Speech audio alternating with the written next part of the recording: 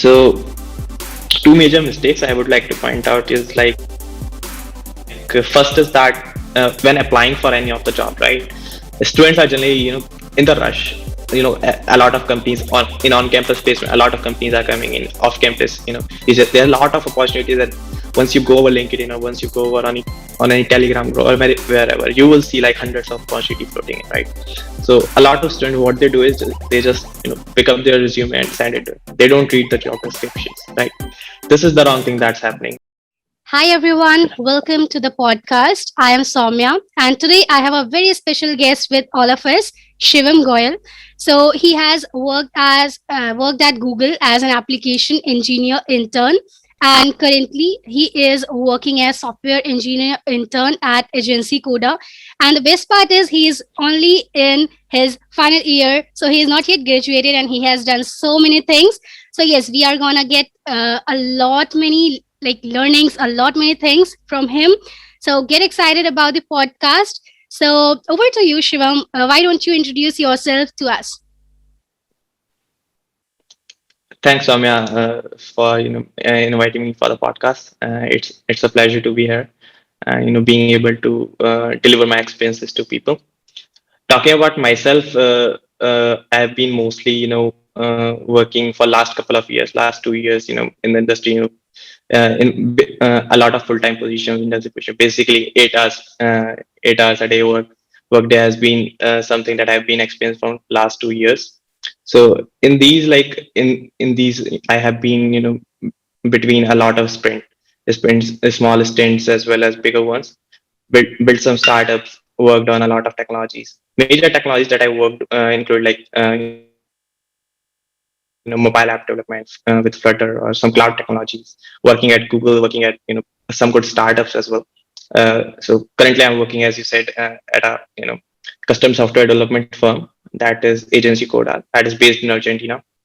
And so that's pretty much about it. I love helping people out in the industry, so that those who are new, more on the side of it, those are in fresh, those are at fresher level in the college, first year students, because they need guidance, because at our times we didn't had those people, so we are trying to be just become those people who can help them, and yeah, help them accept.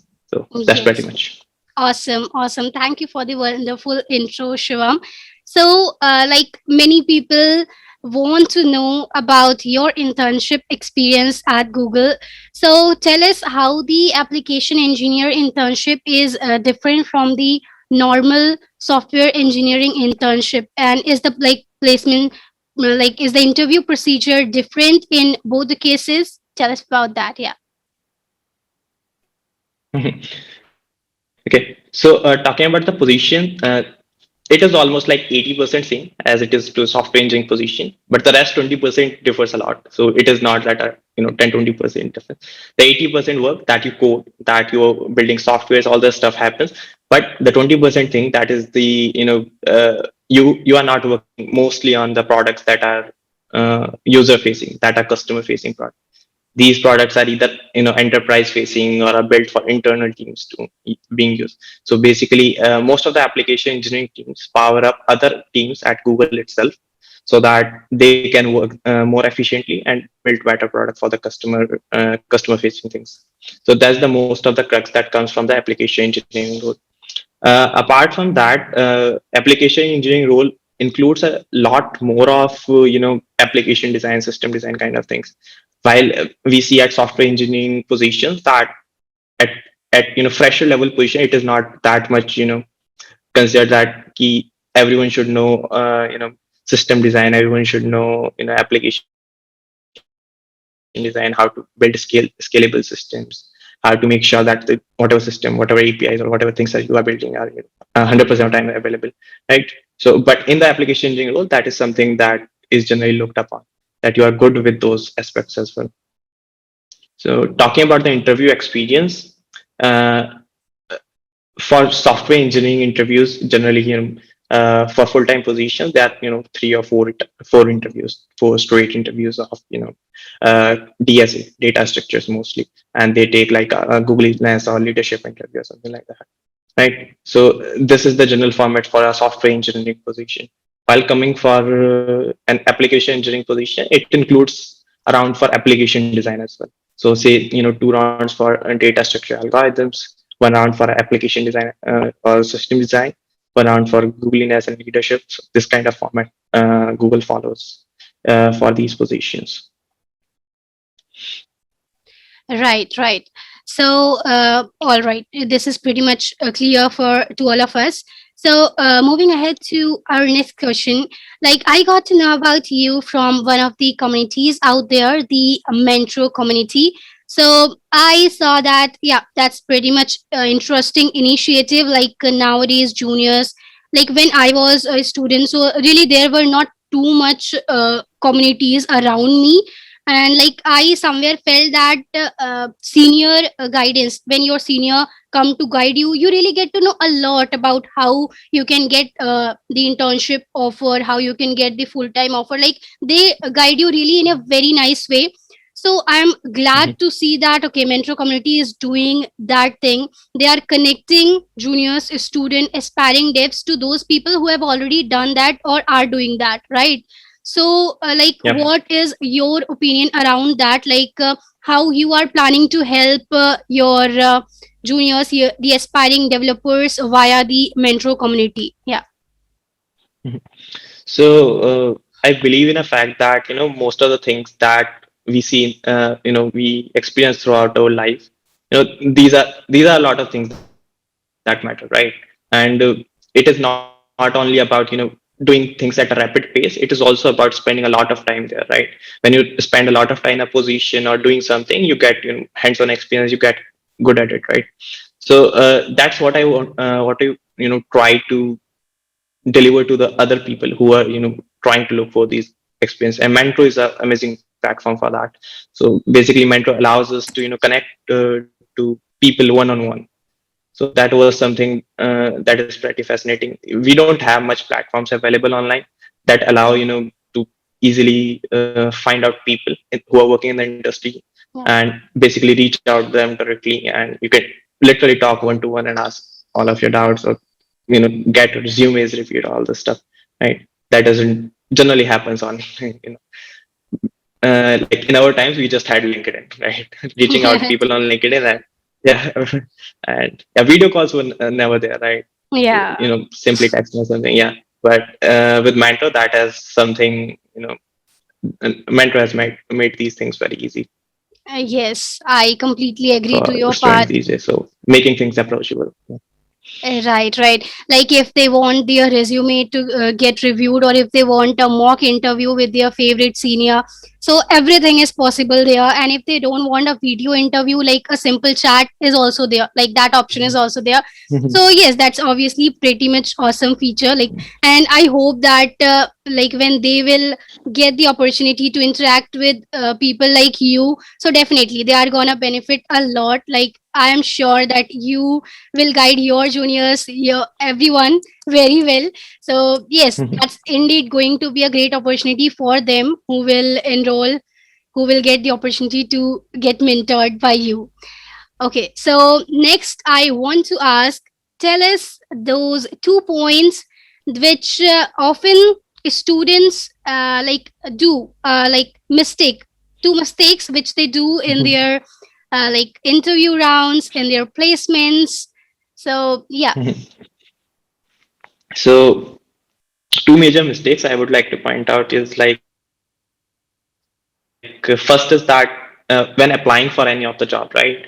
Students are generally in the rush. A lot of companies in on-campus placement. A lot of companies are coming in off-campus. There are a lot of opportunities that once you go over LinkedIn or once you go over on any Telegram group or wherever, you will see like hundreds of opportunity floating in, right?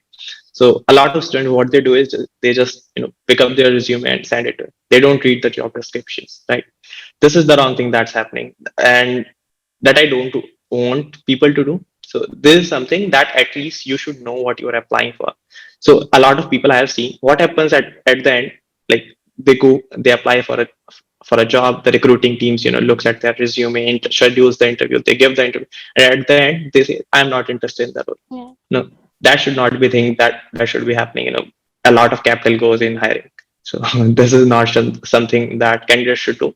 Ideally, that is an ideal case, but again, another thing that most important part is that when applying for a job, and once you have applied, once you are on the interview, a lot of students fail to even know what they have on their resume, right? So I have seen people on the interviews in the mock interviews, my friends and a lot of people, like they literally don't know what was there on the resume, and interview simply ask them that this is on their resume, on your resume, can you explain about, and they are just point blank. So this is something that you should avoid. You should know at least what you are applying for. You should write the truthful thing on your resume, and that's the major part. If you are going in a truthful way and you are saying that I know this, and the interview asks for it, you are going to get to the interview. That is not very hard process. So major things would be like, make sure that you know what you are applying for, and make sure that you know about yourself when you are applying. So these are two things. Yeah. Very neatly, very precisely answered. I completely agree to those points, Shivam. So, yes, moving ahead, I'm sure people would be very much willing to know about how you started your tech journey when you entered into college, how you started coding, from where you learned data structure algorithm. Were you doing coding before college? So, tell us about your tech journey. Mhm. Yeah. Yeah. So talking about the entire journey, I guess like it started way back when we had CS in our school, for the first time. It was like eighth or ninth standard, I remember. We had HTML or something, first, Yeah. HTML, CSS stuff. Yeah. So that was time I was pretty fascinated about these things, that we can actually build things, and what we use. At those time, internet was not that easily accessible, but slow speeds and all that stuff. Okay. But Yeah. it was pretty fascinating to see things that you can actually build those things as well. We were doing it on a local basis, writing simple HTML files. But yeah, it was pretty fascinating. So from there, I started, building a websites and all this stuff. Small websites, larger portals for my school and all this stuff. So this was something I pretty liked, and I wanted to be like, yeah, I wanted to do a CS degree, and so that's why I got into college that way. Before college, I had a few websites hosted as well, and a lot of students using it. So those were pretty great projects, and people are loving it. So it was a fame fame and fame for me. So that was something.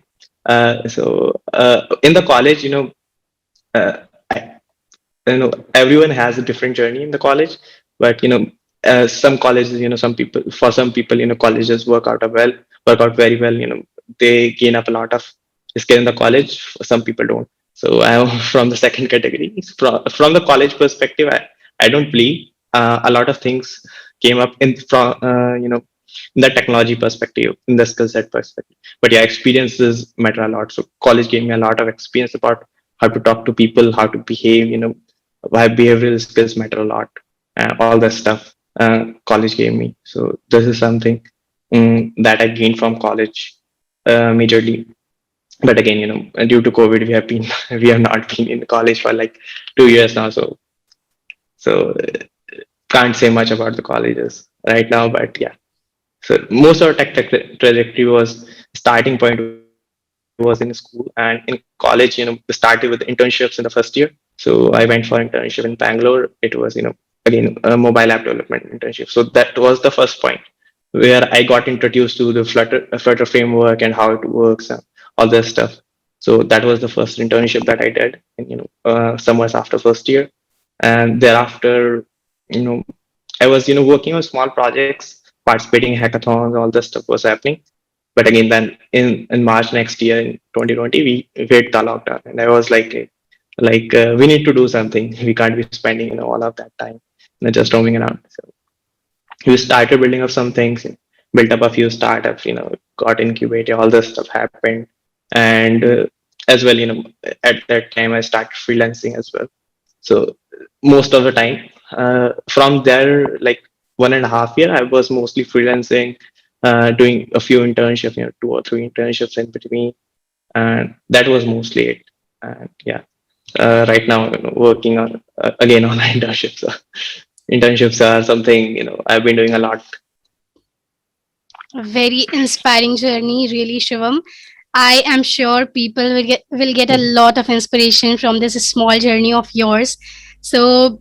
amazing. And like you said, you were doing a lot of freelancing things when there was lockdown, when everyone was doing Mhm. things remotely. So why not you tell Mhm. our audience about freelancing, like how to get freelancing opportunity, how to work as a freelance developer? Mhm. So for freelancing, mostly, there are two things that you need. First, a skill, and second, a client. Right? You get a skill, you approach the client, you get the project, and that's it. You earn the money. That so first part is getting a skill, right? Skill set. Mostly, most of the internships work with skill sets of like web development, app development, or something like that. Other fields like have opportunities, but they are very less. So if you're looking for freelancing opportunities, say machine learning, cybersecurity, you won't find much. But in terms of app development or web development, you will find a lot of stuff. And the best way I have found to approach freelancing jobs or something like that is you can go to these platforms like Upwork, Fiverr, or something. Okay, so Upwork is the best platform that I have used. It simply has lots of opportunities available for you. You can just filter out whatever you want according to the skill, and there you go. Just apply. You will get something, and you can start going with that. So again, there are two options with that as well. You hold up for a client. You say like, I would be working for the same client for 1 year, 2 years, 4 year, 5 year, or something like that, right? And so if it works out, that happens, right? And if it doesn't work out, you can keep doing small projects, 100 USD project, 200 USD, 500 USD, something like that, right? So this could be done as well.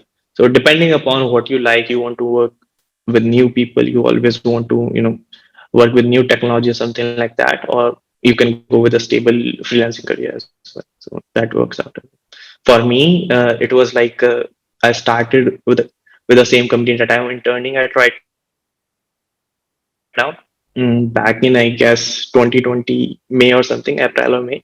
And I was working with them for 1.5 year almost, doing freelancing 8 hours a day. And it was like picking up a stable client, a stable income, and going with that. So that was something that I liked, because I was not that kind of person, going daily to the work and finding looking for a job, and that is a struggle as well. So finding a stable client gives you ease on that. Yes, indeed, freelancing nowadays is getting a boom. Like it is one of the best way of doing things for a developer. Like there is a lot of money in freelancing. I heard this from many people, and I myself, being a mobile application developer, have done a lot of freelancing projects.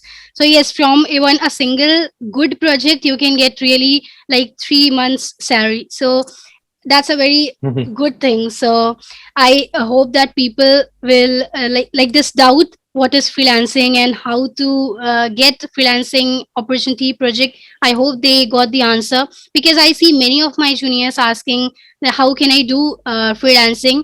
Like they don't know any skill, like they are not good in, let's say, Mhm. web development, mobile development, but they want to start freelancing.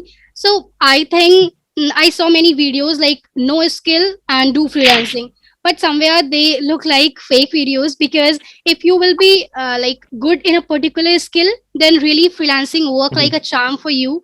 Be it let's say content creation, or those designing. If you are good in designing stuff, or development skill, then really you can do a Mhm. good amount of freelancing projects. So awesome, Shivam. We got to know a lot from you. So, one advice that you want to give to our audience who are so much inspired by your talk, by your journey. So, Mhm. anything which you want to tell to your juniors who want to become developer, software engineer. So, yes, one advice that you want to give to them. Yeah, so my most precious advice would be to make sure that you keep learning, keep reading books. Books are a very important source of knowledge. During recent generations, recent graduates or people students who are first year, second year, third year these days, rely on video material, video courses, and all that stuff. So I strongly advise people to read books, go find things in depth, and make sure to try to excel in one field. That is very important. So keep learning and keep learning from the right sources and try to excel in a field, and it will make a fortune for you. So yeah. Amazing advice. I really agree to that, Shivam. And before we end our podcast, if you want to tell the students, the people watching our podcast, like in what ways will you be helping them in the Mentro community? Like, will it be mock interview or what? In what ways will you help them? Yeah. Mhm. Okay, so from me, uh, if you ask me what I do the best, I would go with the resume review. So working with the college placement cell and being where I see hundreds of resumes on a daily basis, and in the community, I've been reviewing resumes for almost a year now, and I have seen almost 500 plus resumes. So this is something that I have excelled on. That these are the formats that you should use. This is something that you shouldn't use. This is the thing that recruiter looks for. This is not the thing that the recruiter looks for. This is relevant. This is not relevant. This is giving you positive points. This is giving you negative points. There are things that I generally tell people during the resume review sessions that happen through Mentro. So apart from that, on Mentro we have mock interviews or say placement roadmap sessions. These are good sessions as well, right? If you are at the end or at the verge of interviews, and you are looking for a feedback that actually comes from a real engineer who have worked in those situations. Uh, because interviewers are similar to us, right? Those are people who are writing the feedback. So these could be good stuff when you're scheduling mock interviews or placement roadmaps are generally for first year students or who are who have just started their dev journey. So these give them a boost of that, how they should plan their years, how they should plan their time, how they should put efforts. So these are the sessions that generally help a lot of people. So mostly for me, resume reviews are a charm, but yeah, placement roadmap sessions and mock interviews work a lot as well. Depending on the situations, the students can opt out for what they like. Yeah. Amazing. So I'm sure students will definitely reach out to you for resume review, for mock interviews, and definitely for general advice on how to become like you. So yes, indeed, it was great talking to you, Shivam. I'm sure our audience will get a lot to know about you, about your inspiring journey. So thank you so much, everyone, for watching the podcast, and do like the video and share with your friends. I'm sure you all will be benefited with this. Thank you so much. Have a nice day.